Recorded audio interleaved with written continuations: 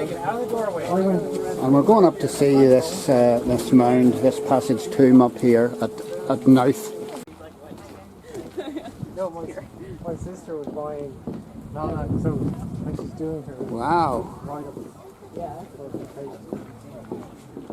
This is Knowth Neolithic passage tomb, which is actually bigger than what you find at Newgrange. We'll be walking around the outside.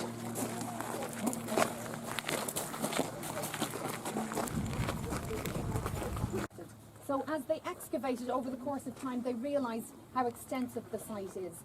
There are 18 of these smaller satellite tombs, as we call them, going around the edge of the site. And each of those seem to have served the same purpose as the bigger monument behind me here in the Stone Age. Some of them haven't been totally reconstructed, so you can see what they look like inside. And they each have a long, narrow passage that opens up into a central chamber. And that's where the dead were laid to rest 5,000 years ago in the Neolithic period.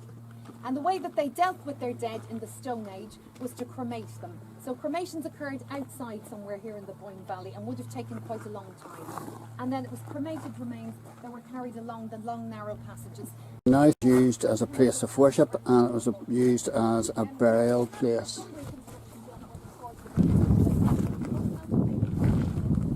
And then it was used in different ways over the centuries, populated by different people.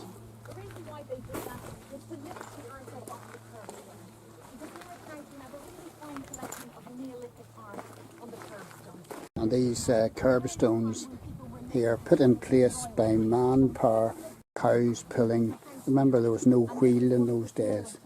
5,000 years ago by the Stone Age people. They reflect sun worship and moon worship.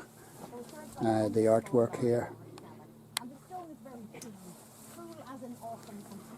Magnificent work. Thousands and thousands of tons of soil placed here on these massive stones. And people were buried in these lesser tombs, these satellite tombs. And there's passages right into the centre of these. All of them, where people were cremated and their ashes were placed there. Whenever the Vikings invaded and came into this area, people would have attempted to hide in these underground tunnels. These massive stones were probably brought by river, and then not using horses at all, then put on wooden pallets and dragged along over logs to get them here. Possibly using cattle. As they were living on top. And the further down you go with the passage there, the more authentic it is then. Some of the stones have been recapped to stabilise them here. And then you're coming into a modern room on the left there. Now mind your head. I'm just going to follow you in a minute there. I think we're nearly all in. So on your right hand side as you come in is the early Christian passage.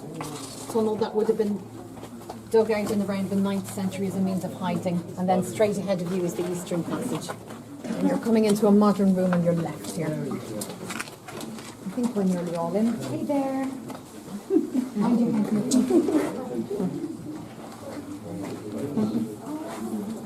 Now I'm just going to follow into the corner and point out a couple of things, and then we'll head on back outside. And people in those days were not stupid. They built these to a form and a structure. In Florida, America, all by itself. Yeah. Very big stones you could remove, but it's also on the crossing of ley lines. Yes. And they expect that the energy from those underneath were able to move. Yeah, a lot of people they were architecturally very au fait, these people. And this is the centre area, and there were stone basins in here. And the structure was well made.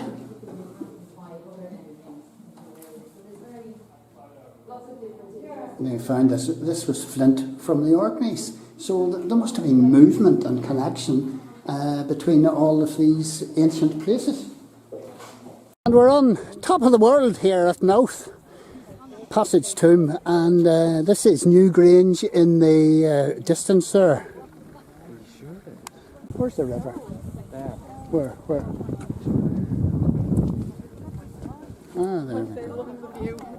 And this is the boyne, and that I brought these huge stones by river